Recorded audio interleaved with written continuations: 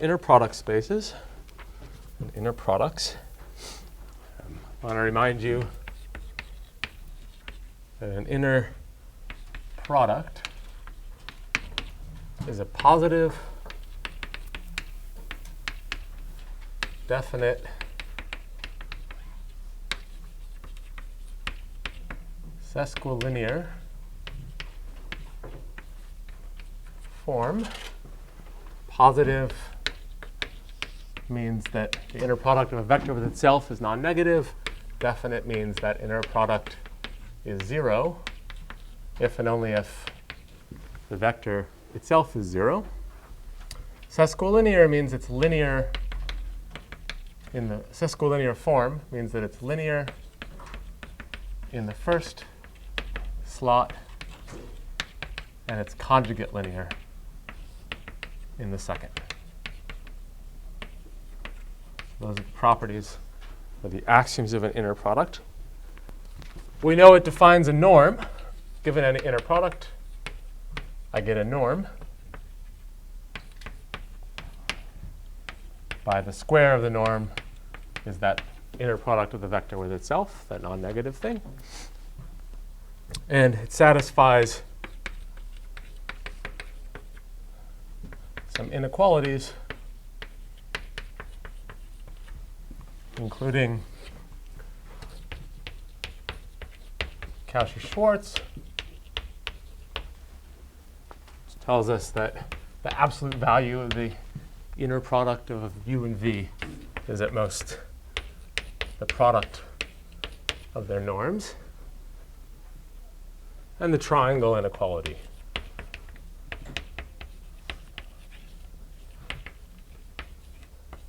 Inequality, which allows us to recover kind of familiar geometry. The absolute, or the norm of u plus v is less than or equal to the norm of u plus the norm of v. That's this picture.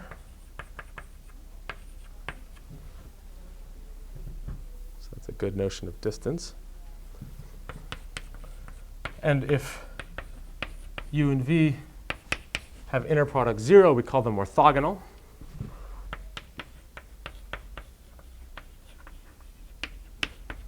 In which case, we get that other theorem about triangles, Pythagorean theorem.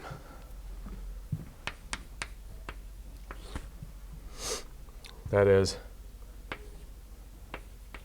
if u and v are orthogonal, the norm of u plus v squared, the length of the hypotenuse, is equal to the squared length of u plus the squared length of v, but only if u and v are orthogonal.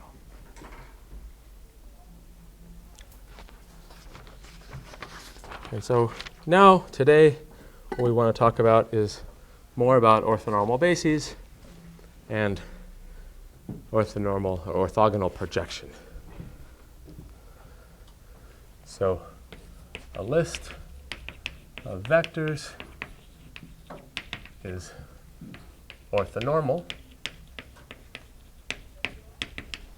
if list of vectors, so let's give this list a name v1 up to vn, is orthonormal if the inner product of vi and vj is 1 if I equals j and 0 if I is not equal to j. That is, any two vectors that aren't the same are orthogonal, and I take the inner product of two vectors, I get 1. The square root of 1 is 1. So every vector has length 1, has norm 1.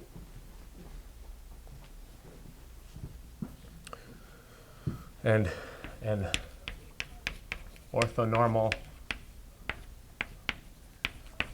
basis, which is the nicest sort of basis, is a basis, linearly independent spanning list, which is also an orthonormal list.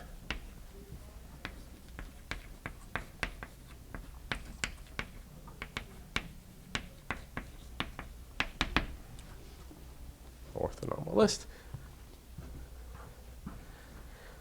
And if we have,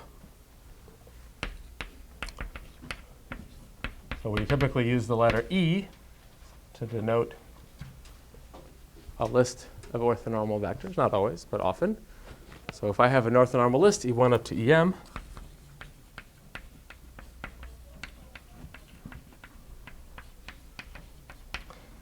it's easy to compute the norm of any linear combination.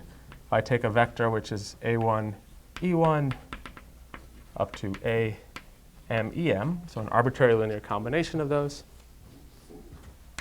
its squared norm is just the sum of the squared coefficients. Right, so that's why the length of a vector like this is a squared plus b squared plus c squared plus d squared. I should get the absolute values in case it's complex.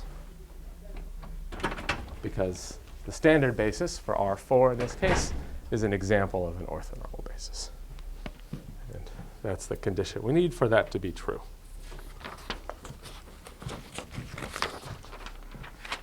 So it's easy to see that an orthonormal list is linearly independent.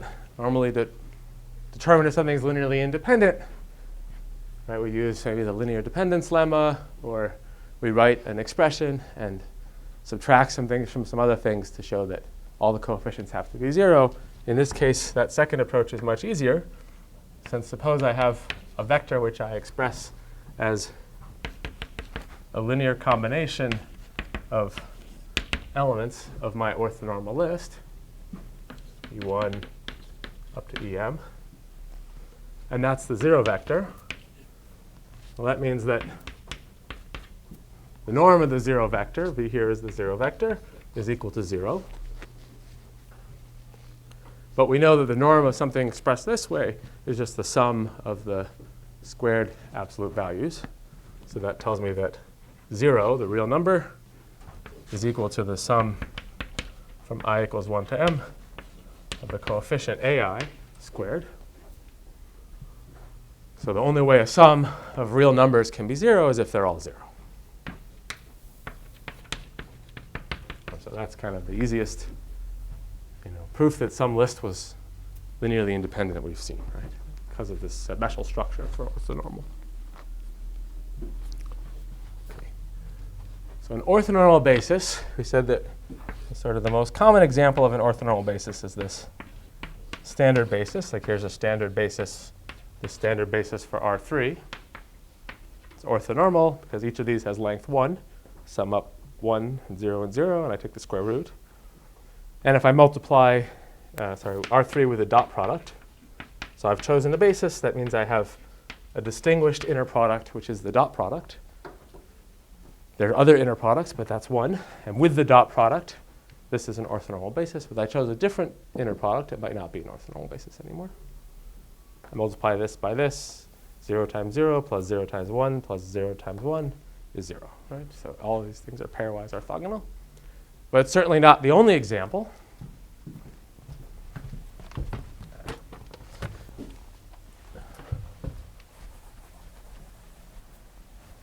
So let's construct another one. Here's something which is almost, so take R4 with the dot product. And here's a list of vectors which is orthogonal, but not orthonormal.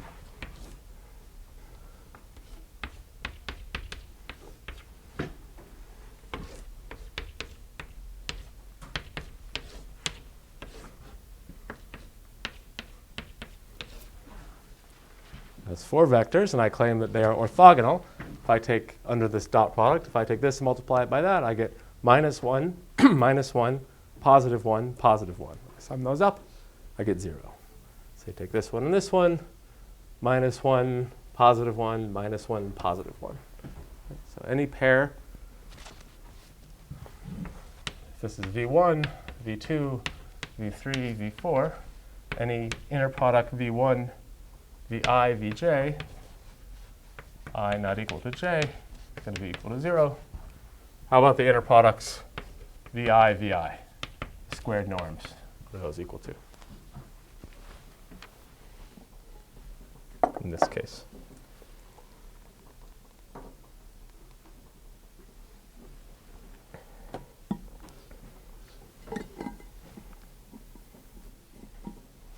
So what's 1 squared plus 1 squared plus 1 squared plus 1 squared? So 4. That's not what we want. We want it to be 1. So we have to divide all of these by something.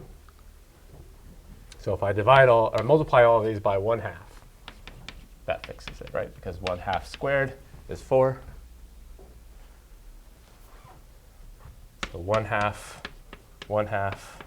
1/2 squared is 1/4. 1/2 squared times 4 is 1. The norm of this vector, 1/2, 1/2, 1/2, 1/2, is 1/2 squared, which is 1/4, plus 1/2 squared, which is 1/4, plus 1/2 squared, which is 1/4, plus 1/2 squared, which is 1/4. So this, the norm of that is 1. Okay, so vi over 2, if I take those, I get an orthonormal basis converted in. Which does not look like, is not the standard basis, but it's nevertheless orthonormal. And there's lots more choices, of course.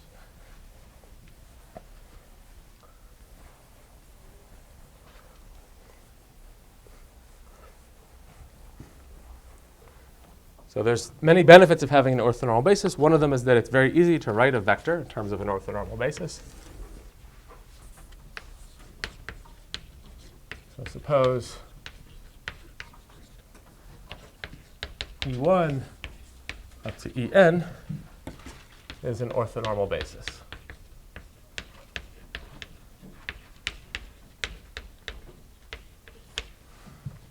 Of V. Then I can write V, any vector V. I can write V as, well, so it's some coefficient times E1 and so on, and the coefficient works out to be just the inner product of V and E1. So I take the inner product of V and E1, and that becomes the coefficient of E1.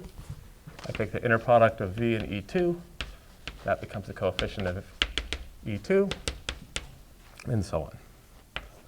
V, EM, EM, En.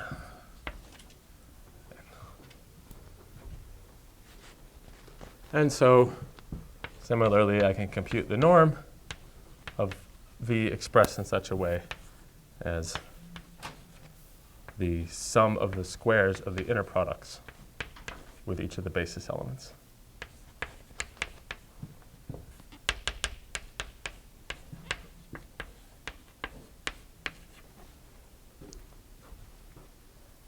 And let's see why that's true. So E1 up to En is a basis. And we know, because it's a basis, that it has some expression as a linear combination of the basis elements. So it's equal to A1, E1, A and En for some field elements AI. Okay. So we need to show that these are the field elements. Well, take inner product of V expressed this way with any EJ. So on this side I get this sum, on this side I get EJ. By linearity, I can write this as the sum I equals 1 up to N, AI, EI with EJ. By homogeneity, I can pull out the AI. By orthonormality, this is 1 if and only if I and j are equal, and otherwise it's 0. And so that's just equal to AJ. Okay. So whatever the coefficients are, they must be the inner product of V with EJ.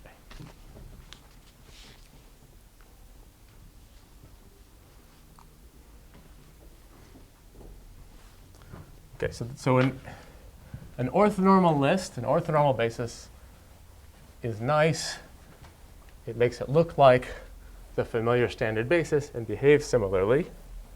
It gives us all these sort of geometric ideas, right angles and stuff like that. If I'm given an arbitrary list that I obtained from some other reason, an arbitrary independent list of vectors, there's a way I can adjust it to turn it into an orthonormal list. So if I have just any basis, I can turn it into an orthonormal basis. And this is going to be a theorem which describes, its proof is an algorithm for constructing this. It's called the Gramschmidt. And the statement is that if v1 up to vm is a linearly independent list of vectors in V. So if someone gives me a linearly independent list I don't have any control over, there exists a nicer version, an orthonormal list E1 up to EM of vectors in V, such that what? Well, let's think about what can happen.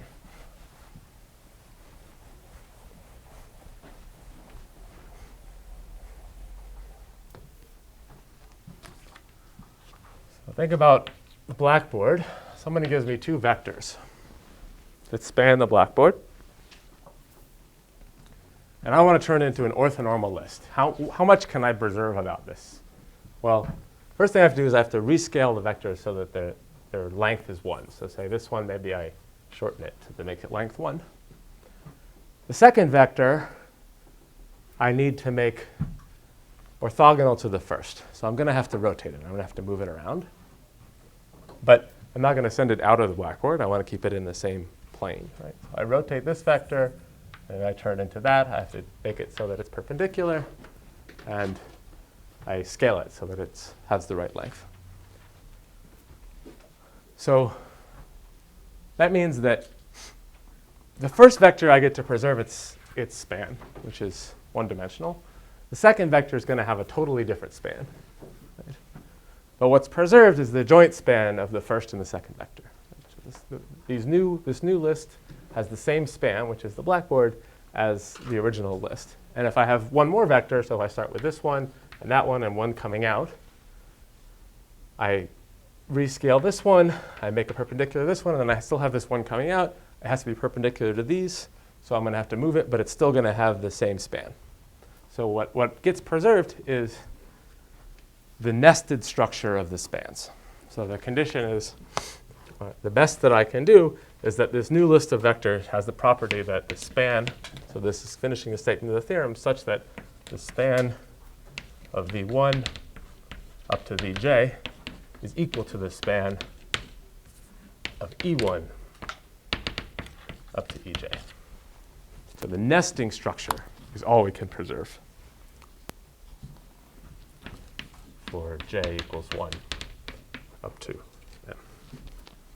And the proof of this theorem is this Gramschmidt orthogonalization. It's a procedure to construct the orthonormal list E1 up to EM from the given list of linearly independent vectors V1 up to Vm. Okay, so in the first thing is easy, right? So the very first vector, I didn't have to move it around at all. All I have to do is rescale it. So we can let E1 be whatever the first vector was divided by its norm. That makes it length 1. So it has norm 1. It's orthogonal. It's to the rest of the list. There is no rest of the list. And for j equals 1, we're done. Right? And this is going to be a base of an induction. So now we're going to think about an induction. J greater than 1.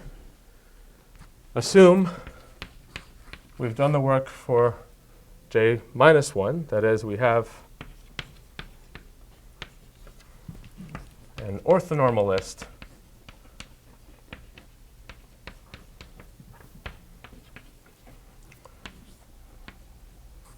E1 up to Ej minus 1, which satisfies the property that the spans are equal. So that has the same span as V1 up to Vj minus 1. And that's certainly true of our base.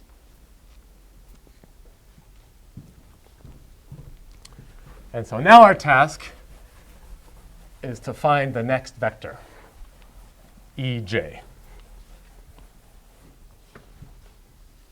So we want to define an Ej such that the new span V1 up to Vj is equal to the span E1 up to Ej. So what do? Well, we take Ej and set it equal to, well, the vector that we started with, Vj, that we need.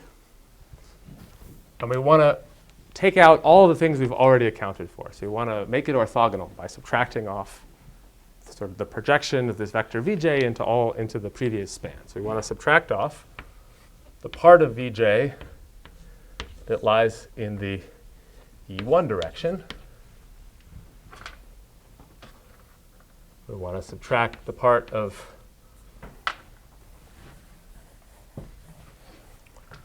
Vj that lies in the E2 direction times E2 minus dot, dot, dot, the part of Vj that lies in the Ej minus 1 direction. Multiply that by the vector Ej minus 1. Erase this so that it doesn't confuse you.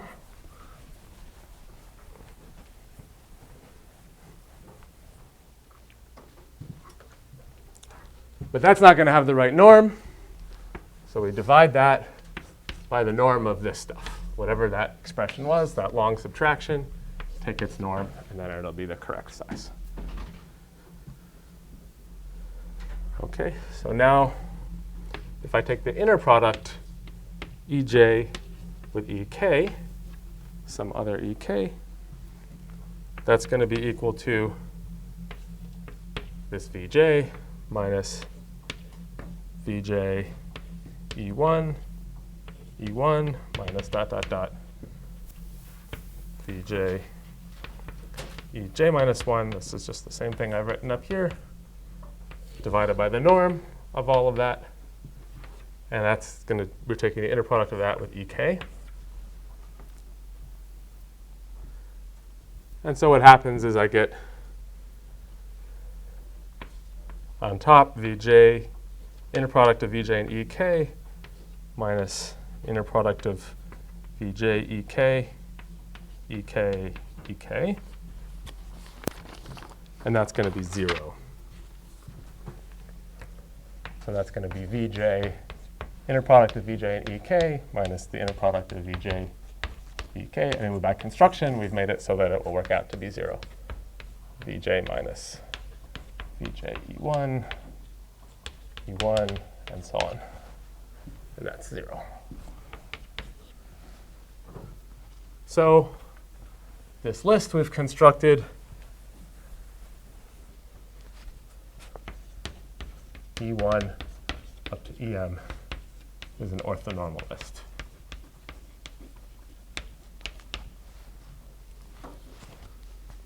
We've defined each of these Ej's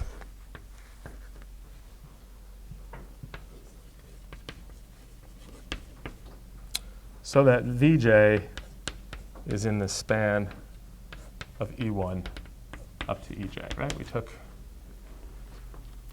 the part of Vj that was in all these other ones and then added on whatever we needed to finish representing it. So it's by construction, Vj is in the span. We also know that the span of V1 up to Vj minus 1 is equal to the span of E1 up to EJ minus 1. And so it's at least true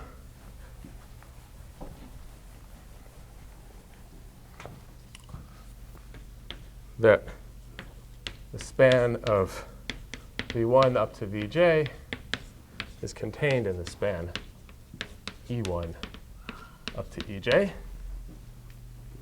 But these are two independent lists.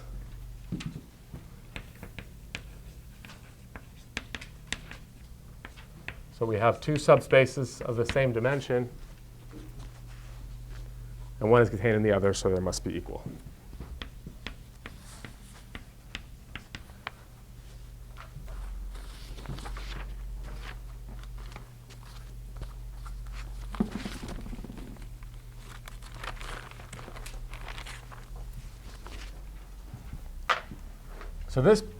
So this procedure, Gramschmidt, allows us to take lots of input lists of independent vectors that we've obtained from various parts of the class and turn those lists into nicer versions of themselves, these orthonormal lists that preserve this nested span property.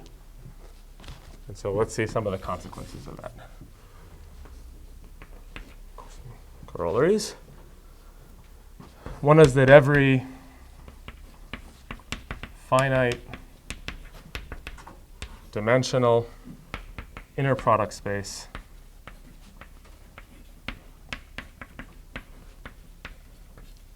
has an orthonormal basis.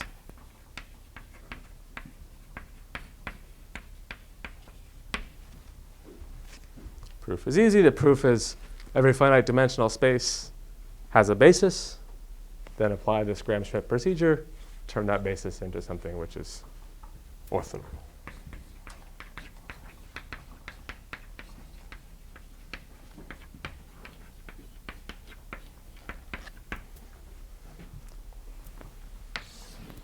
Going through some of our other theorems about lists of vectors that are independent. If I give you a partial one, an orthonormal list, we'll need this a little bit later. So every orthonormal list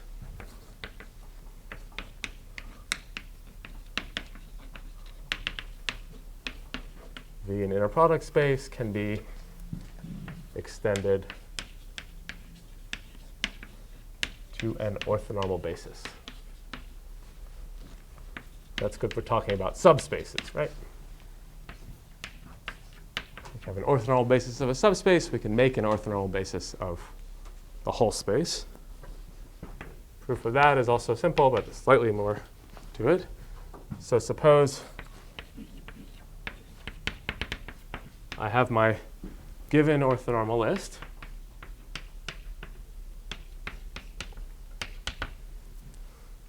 It's linearly independent. One of our earliest theorems was that given a linearly independent list, I can extend it to a basis.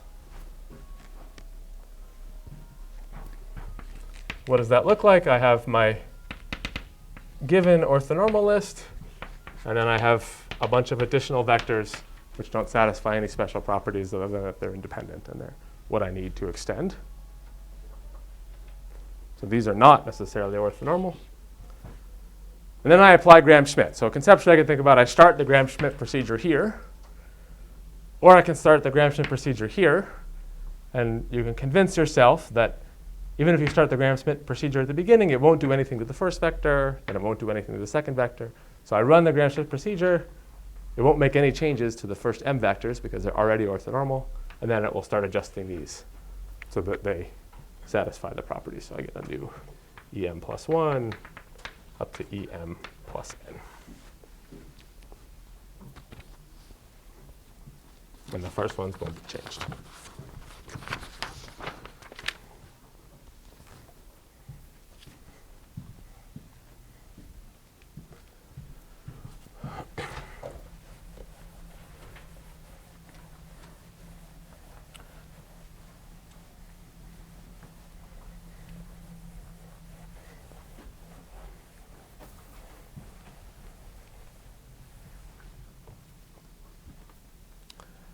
So I wanted you to think about linear operators as being independent of basis, defined independent of basis, and then we choose a nice basis for them that makes their matrix simple or allows us to deduce some other properties for them.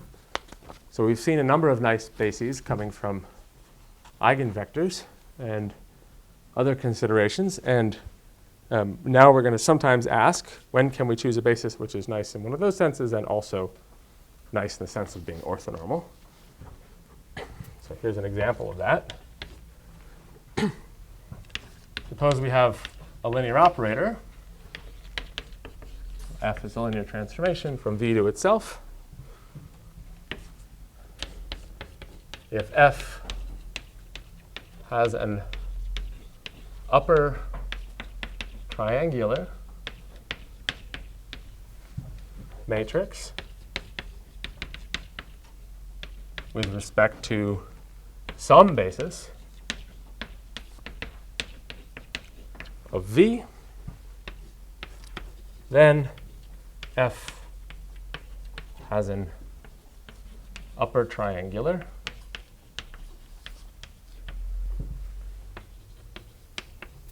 matrix with respect to some even nicer basis, some orthonormal basis.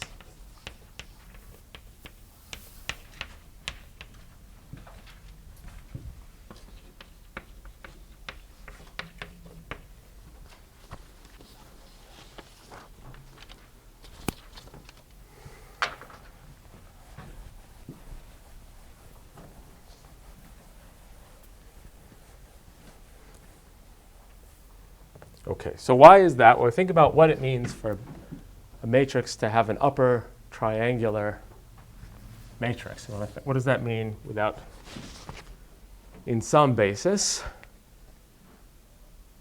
I can talk about, well, write down the matrix and there's zeros below the diagonal and not zero potentially above the diagonal. Or I can say that an equivalent way of saying that is that I have this basis V1 up to Vn. I can think about the nested spans, span of V1 up to Vj, and that those spans are compatible with F in the sense that for all j, the span of vectors V1 up to Vj is F invariant, is an F invariant subspace. If I apply F to a vector in that space, I land back in that space. That's what it means to be upper triangular. I have V1, V2, Vn, V1, Vn. I apply F to something which is a linear combination of these up to Vj. I don't need anything outside of Vj in order to represent any of those things. That's what it means to be upper triangular. And of course, this Gramschmidt procedure, that's exactly what it preserves, right? It preserves the nested structure of the subspaces. That's all it really preserves. It moves around the vectors, but all these spans, V less than or equal to j, are unchanged. So after Gramschmidt, the span, so take your basis that makes up a triangular, apply Gramschmidt, and then the span of the vectors E1 up to Ej is equal to the span of the vectors V1 up to Vj for all j. That was the property it preserved. So these spaces are also F invariant. In fact, they're the same spaces, just spanned by a different list of vectors. And so the matrix is upper triangular.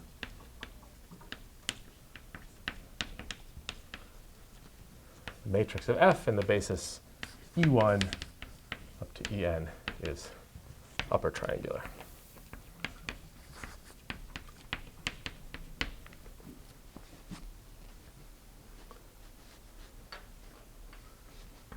Another corollary we can obtain, well, if we think back to a theorem we had in chapter 5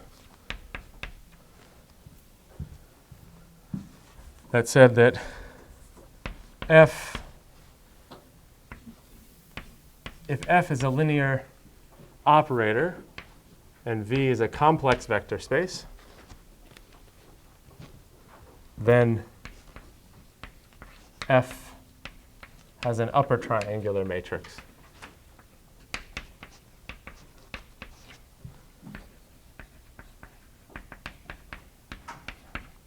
With respect to some basis, which we did by peeling off eigenvectors. And we like upper triangular matrices because it's easy to, say, read the eigenvalues off of them, read the determinant and the trace, things like that.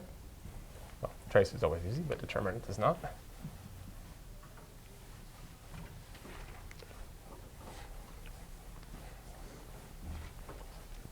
So that means that we can always apply this procedure because of that theorem from the previous chapter. If V is a complex vector space, complex inner product space, complex inner product space,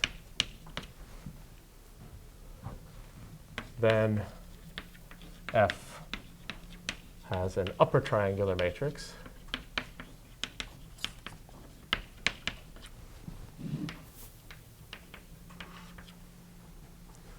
with respect to some orthonormal basis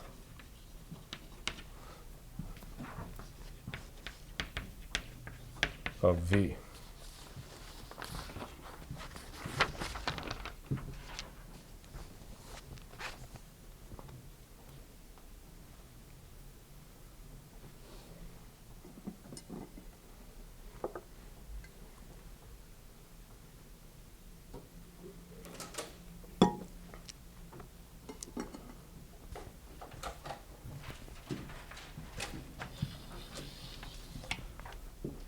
So the last thing I want to talk about today is begin to think about orthogonal decomposition, and orthogonal projection and complements. So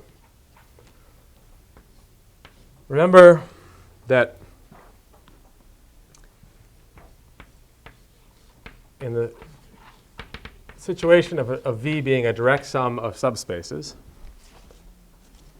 this is the same as saying that every element of V can be written uniquely as a sum of elements, one in each subspace, and there's only one such decomposition. And if I only have two subspaces, that simplifies. V is the direct sum of U and W, if and only if everything in V can be written as something in U plus something in W, not necessarily uniquely. And we only had to check that the intersection of U and W was 0 vector space.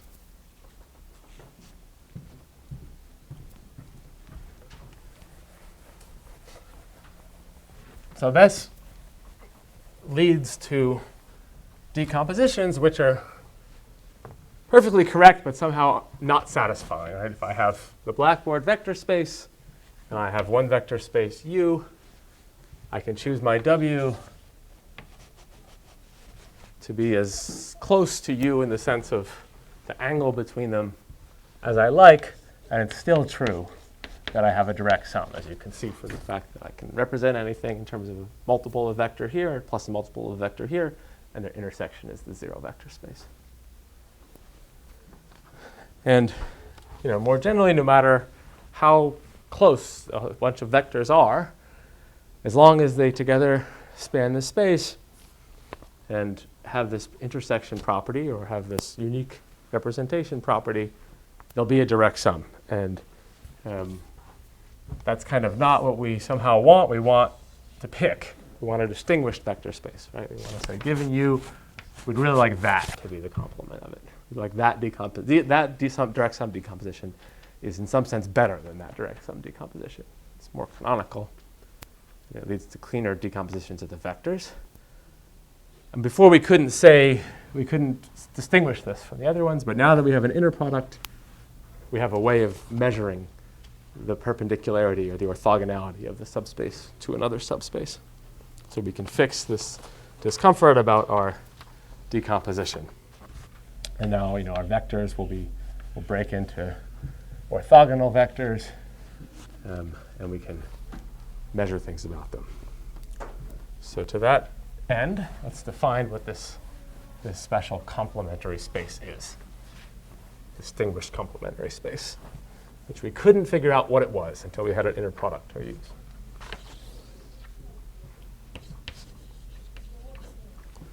So definition, let U be a subspace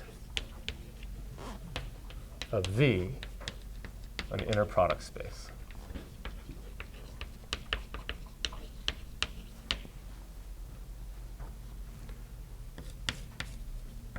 So we're defining the orthogonal complement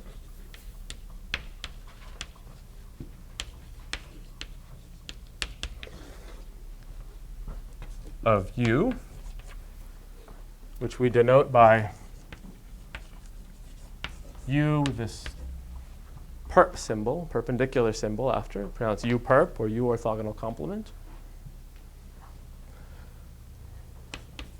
is, well, it's the set of vectors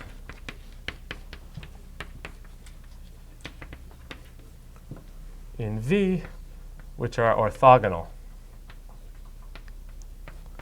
to every vector in U. So it's a simpler situation here, but when you start going up in dimensions, it gets more complicated, right? I can take a three-dimensional space, I can have a one-dimensional subspace. The set of all things that are orthogonal to it is the plane that goes through it perpendicularly. That is, U perp, or the U orthogonal complement, is equal to the set of vectors V and V, such that the inner product of V and U is equal to 0 for all U, little u and big U. That's the set.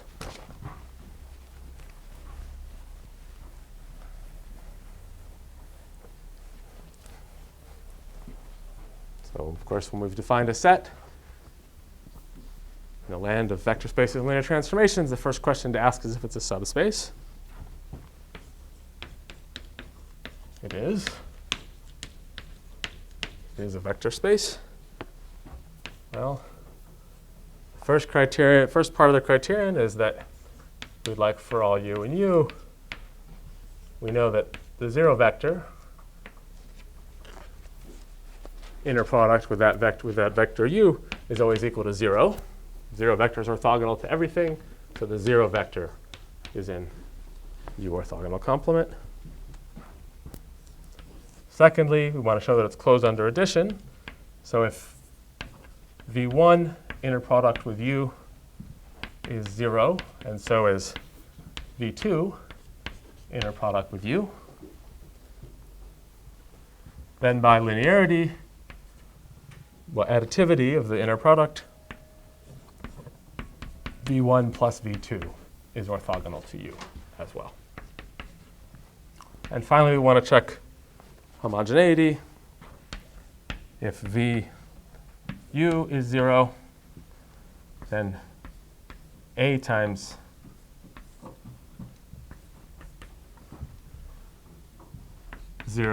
A times 0 is 0. And by homogeneity in the first factor, that's AVU. That's equal to 0. So therefore, here we concluded V1 plus V2 was in U perp, and here we can conclude that AV is in the orthogonal complement. So it's closed under addition and closed under scale multiplication, and 0 is there, so it's a subspace. As the picture suggests.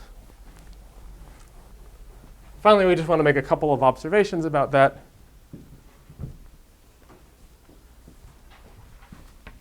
So if I take the orthogonal complement of the entire vector space, V, that's just the vectors which are orthogonal to everything in V, and there's only one vector that has that property, the 0 vector. It's orthogonal to everything. In the other direction, if I take the 0 vector, I take its orthogonal complement, what do I get? Well, it's orthogonal to everything, so I have to get back the space V. And that reminds you that the orthogonal complement, of course, very much depends on in which space are we taking that orthogonal complement. Right? So it spits out, it very much depends on V, so it spits out V.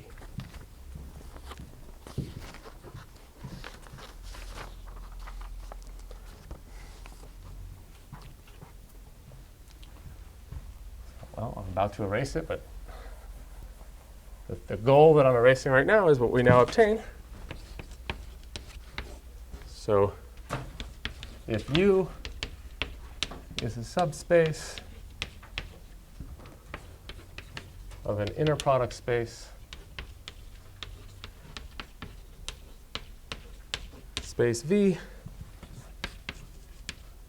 then V is equal to the direct sum of U and U orthogonal complement. So this is this general version of give me the direct sum decomposition which is clean and breaks it into sort of pieces which are as unrelated as possible. So the proof of that I'll start with next time.